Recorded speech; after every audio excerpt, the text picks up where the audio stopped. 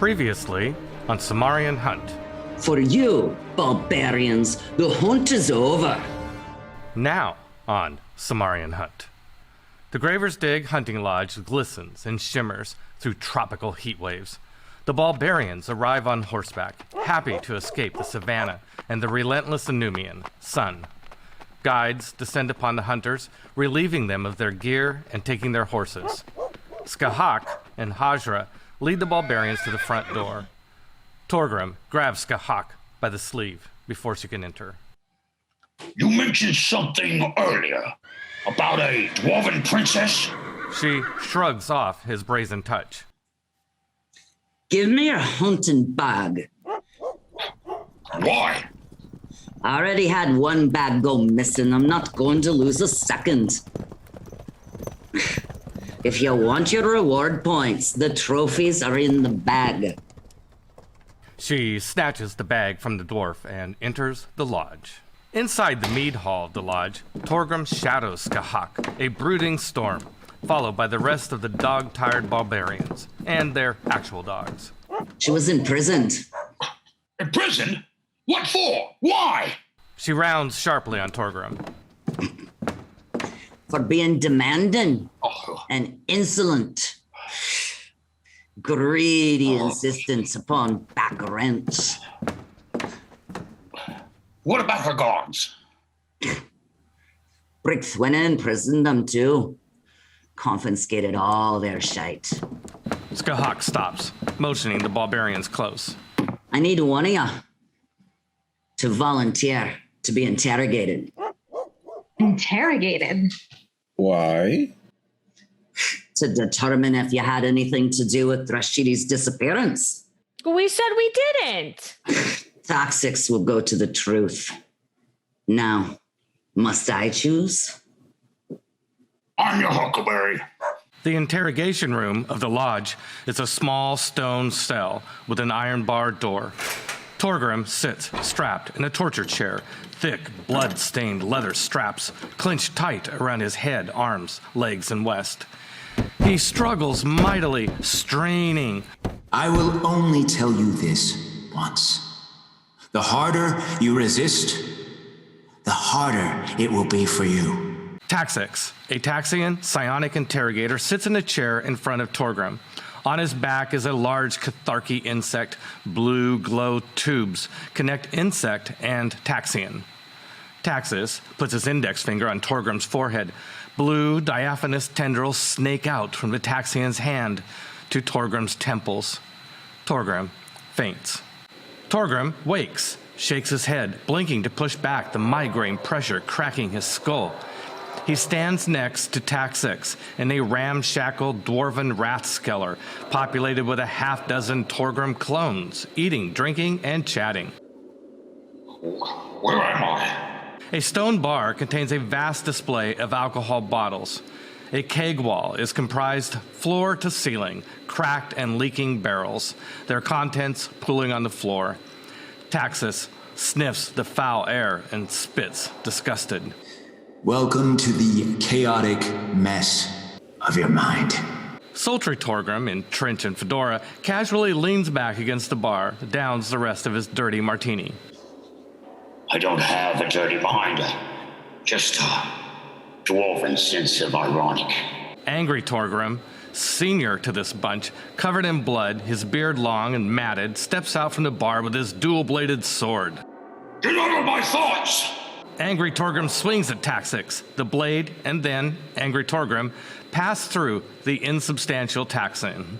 Torgrim doubles over, clutching his head. Stop antagonizing him. A keg falls from the keg wall, bursting wide, revealing child Torgrim, who spills out on the floor. I don't like him. He's scary. Taxix ignores the inhospitable Rathskeller patrons and moves to the secret door on the opposite wall. There it is. Taxis opens the door and strides through. As the Fellowship of Torgrims struggle to keep up, Taxix strolls down Torgrim's memory lane, a mining tunnel lit by glowworms. The right wall is occupied by an endless stream of Venetian blinds, hanging vertically. Taxis stops and pulls apart the gap between two blinds, revealing Torgrim's memories. A real-time, simultime cast. Torgrim nudges his Torgrim partner. Well, that's fascinating. Oh, that's horrid shit. Well, if you had the mental discipline, you could revisit your life in perfect precision, unfiltered by your emotional immaturity. Taxis shrugs.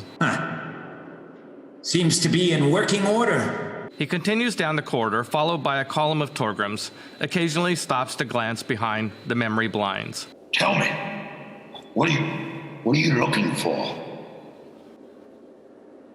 Truth. He yanks hard on a string, revealing a memory window and Sally's duel of words with the Bulgarians. Come on, Bulgarians! Let's battle!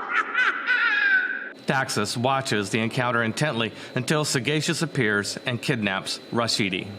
See? No one goddamn listens to me. Torgrim wakes in the torture chair to the most savage hangover in the history of hangovers. Taxix pushes back from Torgrim and stands. Skahak puts a hand over Torgrim's mouth to muffle his screams. Well? Story checks out.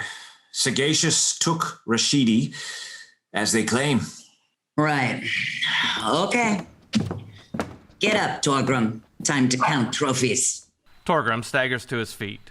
Well, next time, won't you use a little lube next time and give a brother a proper reach around, eh?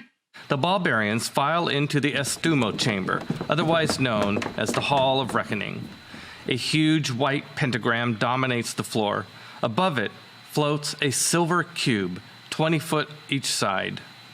Large incense burners in each corner belch thick fume. Oh, what is that smell? Pansy flees, gagging, followed by Claw and Armando. Sulfur, demon faces, burnt souls. Calcimir's breath. Torgrim escapes the morass of rank fume with the others. Calcimir shrugs, takes a drink from his wineskin. Skahak tosses the bag of holding into the silver cube. It sticks and then slowly drifts to the gravity well center. Arstergia Goeta Valak. The dead tunnel terror appears in stasis within the cube. Out of the floor below the cube rises a steel yard scale. The spider comes to rest on the pan holder. A counterweight with illuminated numbers slides along an arm. As it moves, the numbers increase until they stop on 1,800. Skahak waves the tunnel terror off the scale, and the process continues with the next trophy. Tunnel terror eggs. Pierre de Clement. Pierre de Clement's duelist comrades. 6 Atars, and finally 2 Atars alive. Double points. I'm keeping the gear. I've been too generous already, allowing you to keep points for trophies you know you did not properly earn. The points are adequate. I am not concerned with the spoils. You may keep the eggs. Back outside, Skahak and Calcimir join the rest of the Bulgarians in the fresh air. I'm going to officially announce your score. Next to the lodge is a tall announcement tower. Skahak climbs the ladder to the top, followed by the rest of our heroes. Skahak removes a mallet from a hook and hands it to Cal. You get the honor. Bang the gong. Hanging above their heads is a 10-foot diameter brass gong. Cal hammers it vigorously 3 times. On Graver's Dig below, villagers stop whatever they're doing and gather around the tower, gazing skyward at Skahak, who waves to the crowd. The barbarians have returned with a record of 27,600 points. A silent spell descends upon Graver's Dig. Then murmurs ripple through the onlookers. Really? Those idiots? No way. Odds were 8-1 against. They probably cheated. What's a barbarian? I've never heard of them. What a How about the bees? It's a new record for the Graver bracket to the Somarrian Hunt. She writes the score on a huge scoreboard for all to see. I'm sad to report that Pierre de Clement and his entire party have been slain. She writes a big bloody red TPK over his name. Term Invisible is disqualified and now enemies of the hunt. There is now a 20,000 tort reward for the head of Sagacious the Wizard and 500 for the Goblin Sally. A red geckon appears. It flies around the tower and hovers in front of Armando. It holds out a letter in its little claws. Armando takes the letter and opens it. On the surface of the scroll appears an enchanted magical mouth, and from it a loud voice booms. Armando, it is I, Cosmo the Magnificent. I hear you are back from the hunt. Come, see me at once. It appears I have an engagement with a wizard. Oh, Bardman, take me with you. I need to gather some information. Later, after the official announcements, at the bottom of the tower, Skahak hands Calcimir a bag of casino chips. No more mischief, barbarians. The hunt official makes a hasty retreat onto other duties. The barbarians gather around Augie, unloading a quarrel of questions into him. Ow. Where's the bar? Ah, there. I want to schedule a singing gig. Where can I rent a nice bed? Let's throw a party. Here's our winnings. 2,760 torts, 552 each. Okay. First you, Pansy. The arena is available for private parties. It costs 5,000 torts, but that's just the minimum bar tab. Alcohol sales will offset the rental fee. All in all, you pay nothing. Trust me. That is a great idea. Let's do it. We will guerrilla market the party with an army of guides that will blanket Graver's Dig and Shield. Come and celebrate the Barbarians' momentous victory. Pansy hands Augie 200 torts. I work triple hard for you. Spare no expense. Armando, you want a singing job, yes? I suggest Pansy's party. Win-win. Armando adores music, and this is music to his ears. The merely magnificent Armando, bard to kings and king of bards, would be happy to perform at this party. And we need more entertainment. The flying circus are on the hunt, not available. But there are more fly circus acrobats available for hire. Acrobatic bees. Now you need to talk to Tofu. I love Tofu. Who is Tofu? Is he a halfling? Oh yes, they are all halflings. And for the next few minutes, they make party arrangements. In the end, it's settled. The party takes flight at 7 p.m. At Cosmos' tower, Armando phases in like before, the golem sizing him up. Armando, I'm glad you survived. It's always a question when one goes on the hunt. I hear Pierre de Clement did not make it. Oh, I witnessed his fall. It was terrible. Cosmo pulls out a box and places it on the counter, opens it, and reveals 3 weapons. Regarding your singing sword, we have 3 options. Masterwork, enchanted, and double enchanted. 1,000, 5,000, and 12,000 tort, respectively. Oh, goodness. Seems like the enchanted blades are outside my budget. Do you have a payment plan? I do. Oh, I could play at events, entertain the crowds outside your tower. No, I thought you said payment plan. I can pay 500 torts in advance and I'm good for the rest. Remember, I led my party through the great hunt unscathed against a tunnel terror, Aemon duelists, and Attars. Clearly, I'm not going to die soon, right? Give me 500 now. And each month you can pay 1,000 torts against the balance, plus 100 for interest. Okay. Can we make the 20th of the month the due date? Because most of my bills come early in the month. Cosmo takes notes. Pick up the blade. Armando does so, admiring its fine craftsmanship. Then Cosmo snaps his fingers and the blade magically materializes in the wizard's hand. You see? It is a no-risk loan. Oh, bravo, Cosmo. You are a salesman and repo man. Truly wonderful and innovative. For the next 30 minutes, Cosmo explains to Armando how the singing blade functions. After consideration, I would like to name this sword Karaoke. It does sing in your voice. Oh, Cosmo Magnifico, you have done a most magnificent thing. That is why they call me Cosmo the Magnificent. For that very reason. Now that our business is concluded, I have an acquaintance. You brought me more business? Oh, my friend and ally, fellow barbarian, Torgrim. Well, send him in. After Armando departs in a whoosh, Torgrim is permitted entrance, phasing in next to the golem. Welcome, Master Torgrim. I am Cosmo the Magnificent. Torgrim lays the newly acquired great sword on the counter. I believe this to be enchanted. Can you reveal to me its secrets? Cosmo pulls on white cotton gloves before handling it. I'm sorry about the tunnel terror goop.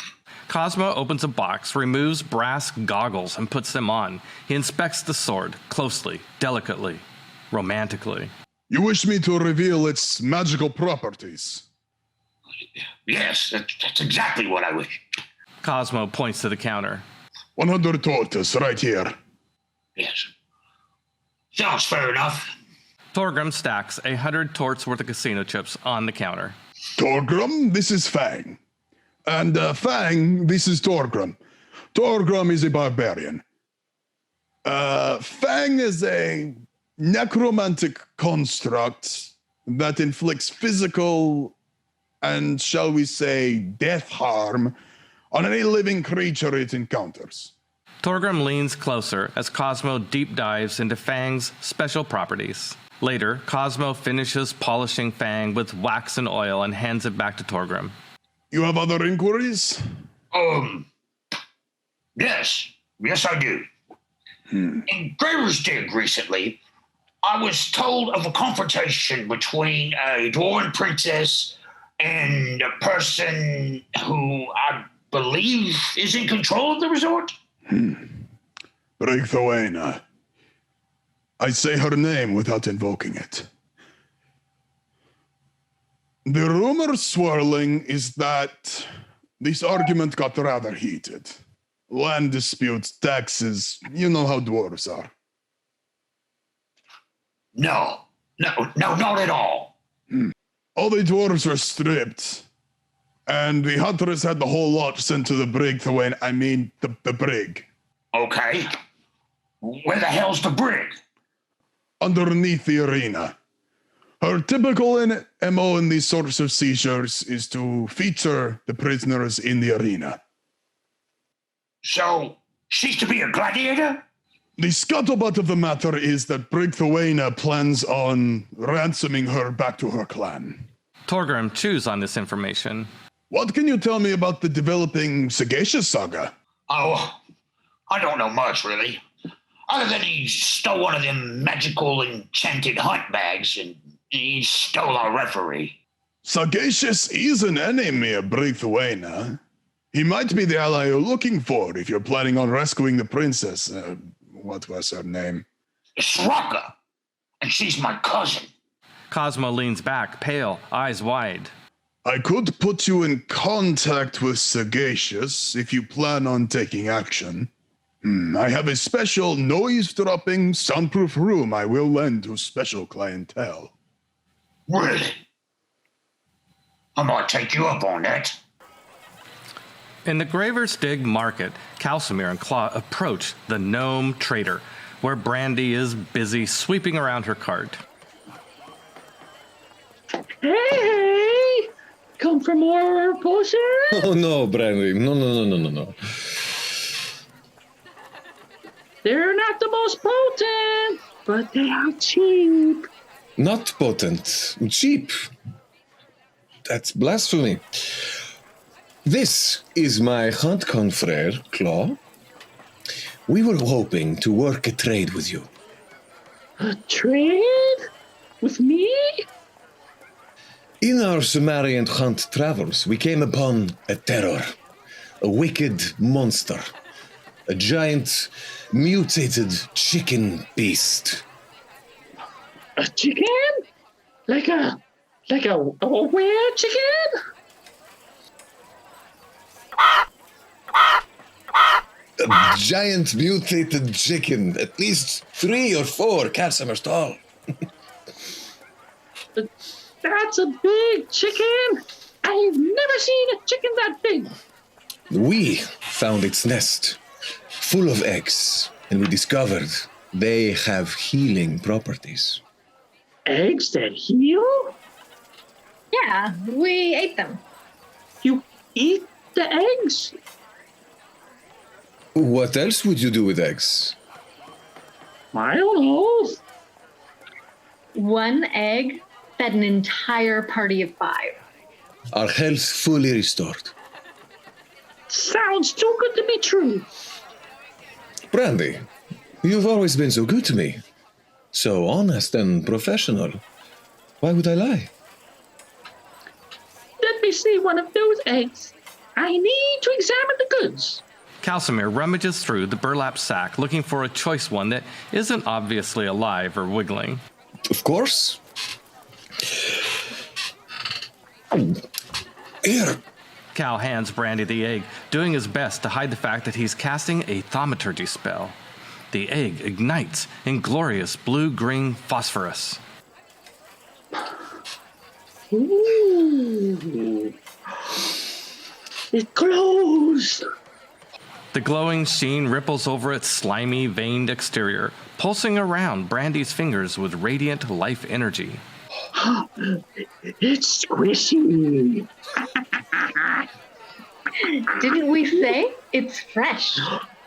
Oh yeah. Oh, okay.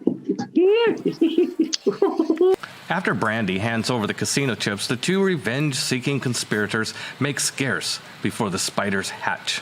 Thank you so much, Brandy. You are so beautiful. Mwah. Love you. Bye-bye. Calcimere and Claw run, laughing. Around the corner, they stop and double over in fits of giggles.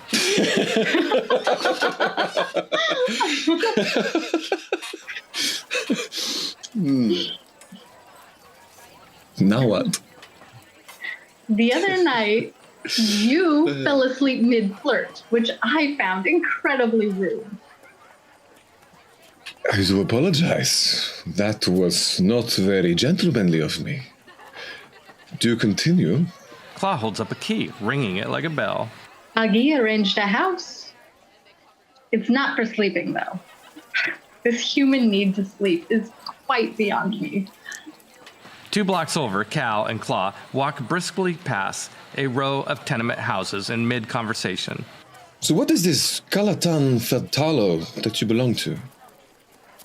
A druid lodge in the Garnon Forest, dedicated to the study of dragons. Dragons? Truly? Truly, dragons. Magnificent creatures. Not that.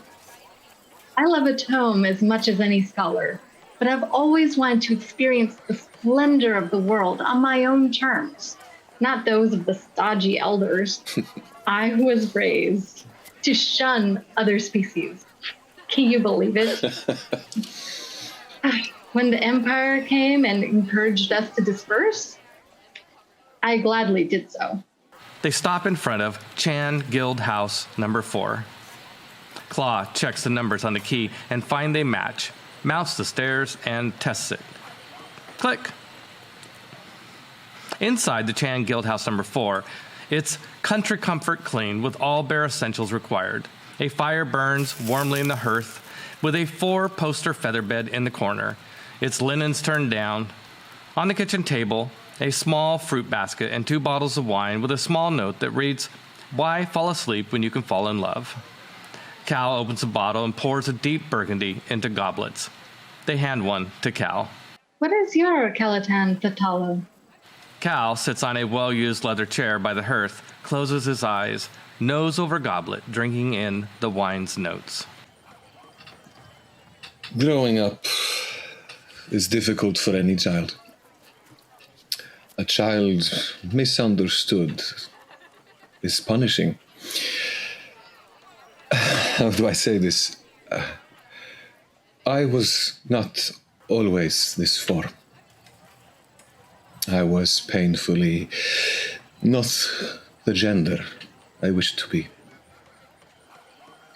You humans and this obsession with binary gender.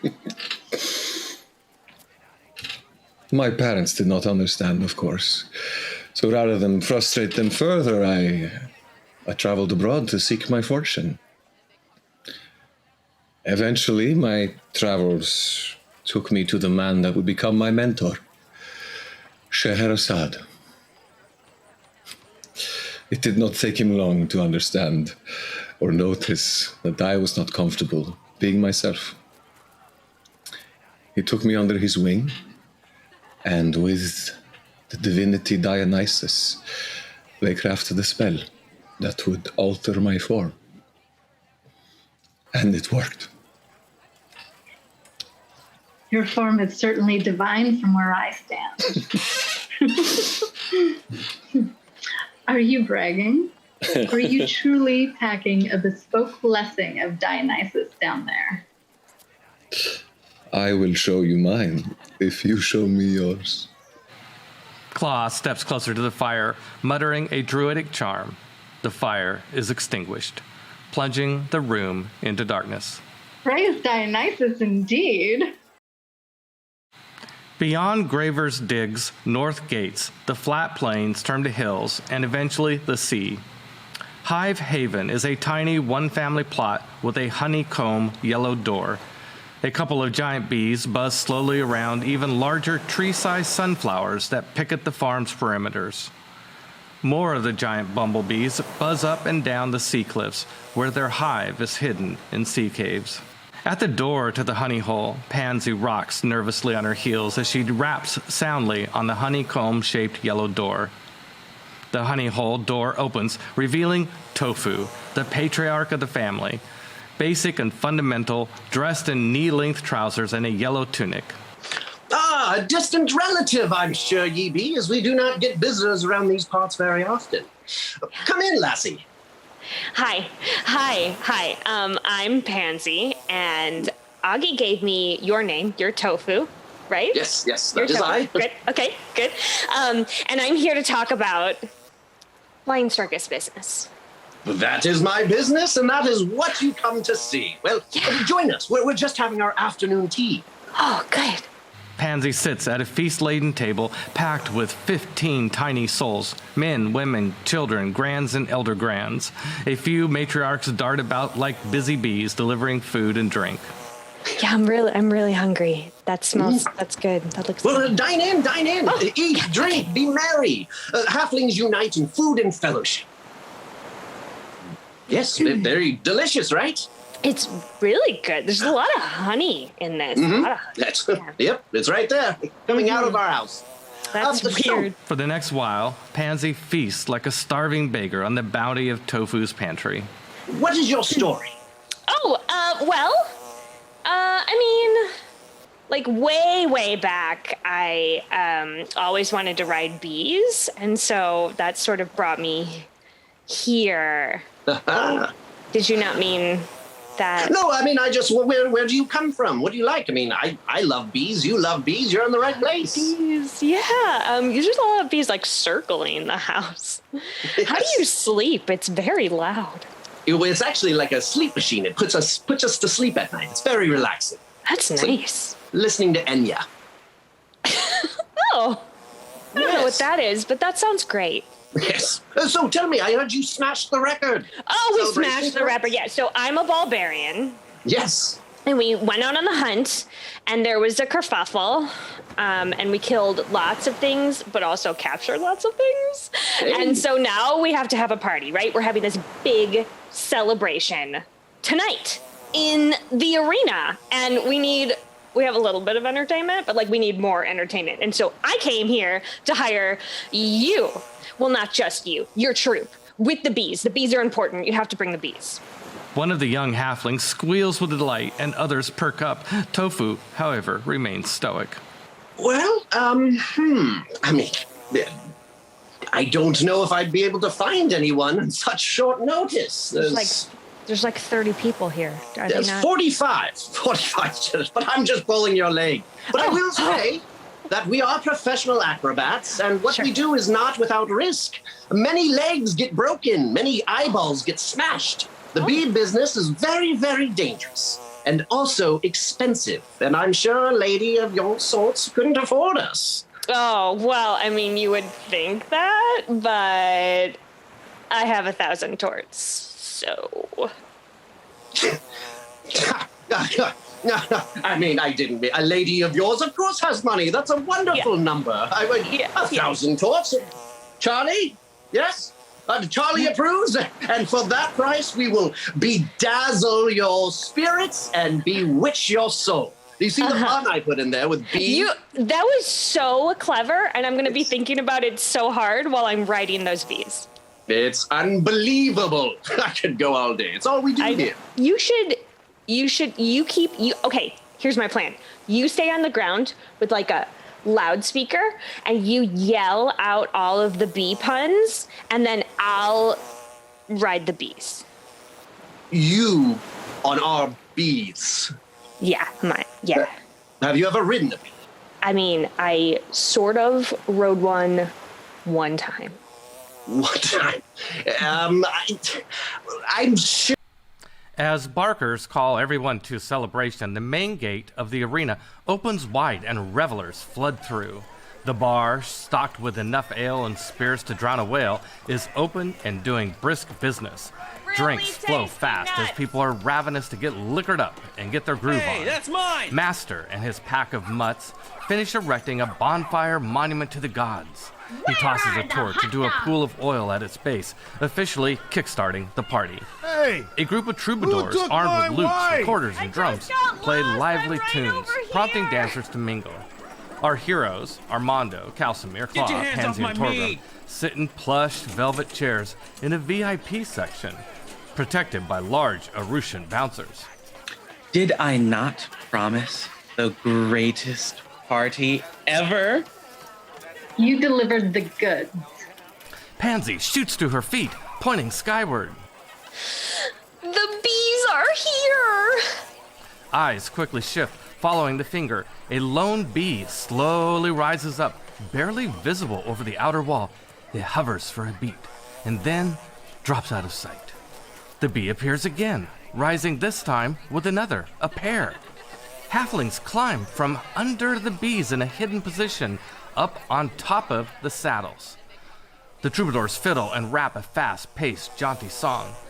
The acrobats stand on their saddles as more acrobats climb from underneath the shoulder mount. And then more and more, foot to shoulder, until... It's a pyramid scheme.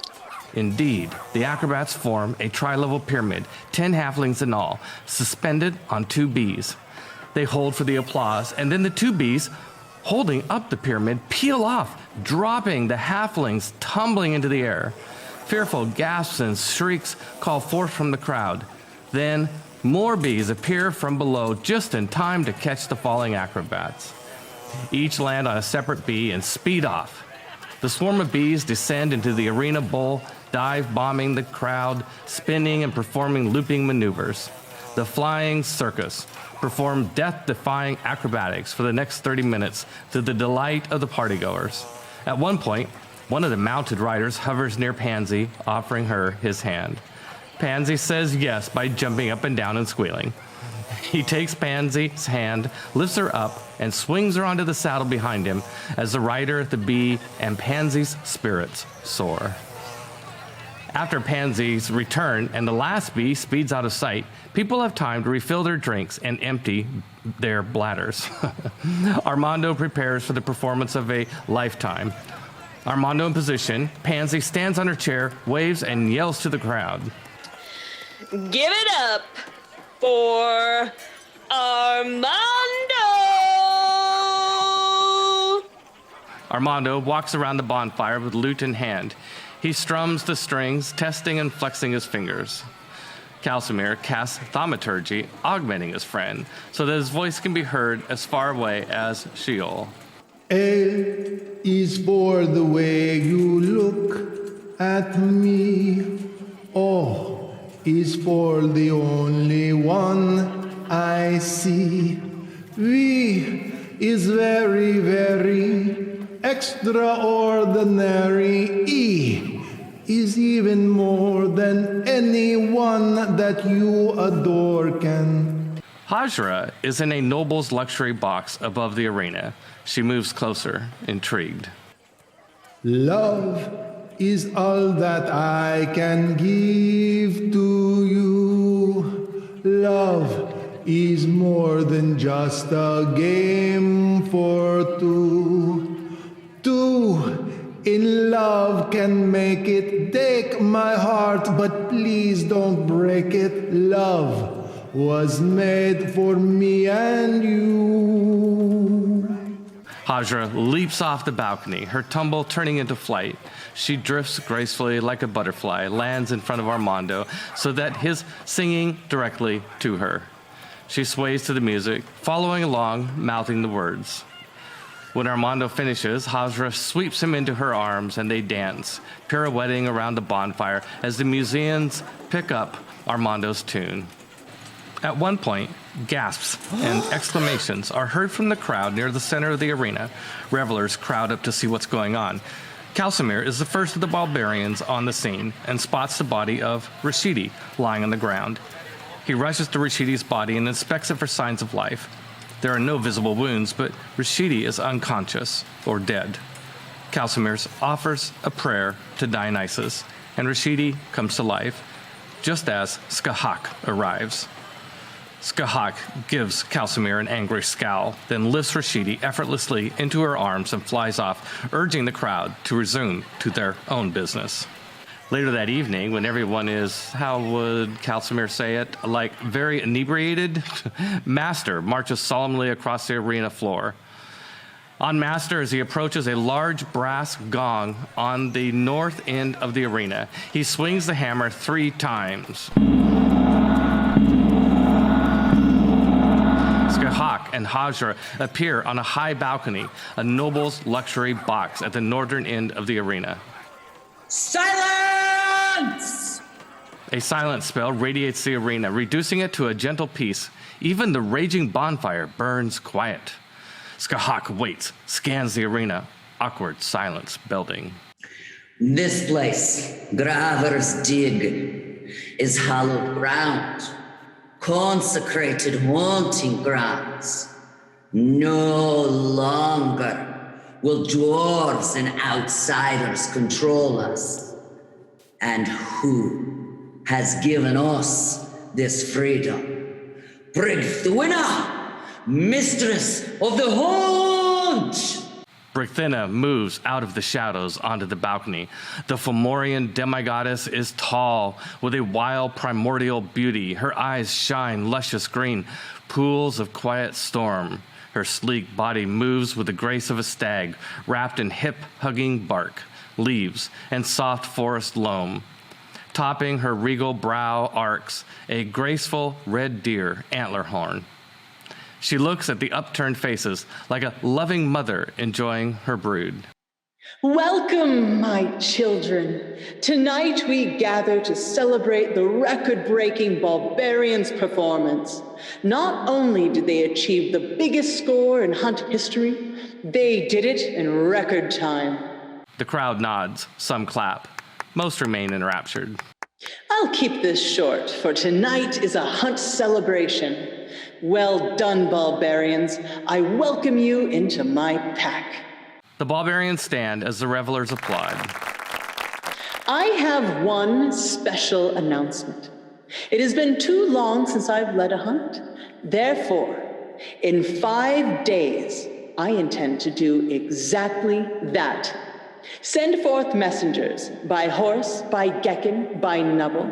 Tell your friends, your family, colleagues, and fellow citizens, tell anyone who will listen, that I, Bricthwina, divine mistress of the hunt, is embarking on a primal chase that hasn't been witnessed since before the reign of the tyrant Cordava cursed these lands. Pandemonium and riotous cheers erupt on the arena floor to Bricthwina's adulation. And the grand prize?